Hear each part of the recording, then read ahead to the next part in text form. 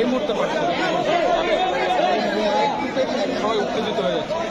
আপনারা যারা আছেন না একটু কথা বলি, আপনার বক্তব্য। আমাদের এরিয়ায় আমাদের কুমারপাড়া এরিয়াতে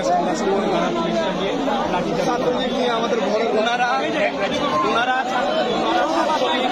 ওপেন সাপোর্ট দিয়ে আমাদেরকে যে পিড়াইতেছে। আপনারাও পড়ালেখা করে আসছেন, আমিও পড়ালেখা করতেছি। আমি ইন্টারন্যাশনাল স্টুডেন্ট। আমি ইউএসএতে পড়ালেখা করতেছি ফুল ফান্ডেড স্কলারশিপ নিয়ে। আমি দেশে আসছি, আসার পরে দেখতেছি দেশের এই অবস্থা। আমরা কি এই জন্য পড়ালেখা করি? আমরা তো পড়ালেখা করি আপনার মতো ড্রেস করার জন্য, করতে পারি না। এইটা আমাদের আফসোস। আমরা এই জন্য বিদেশে যাচ্ছি।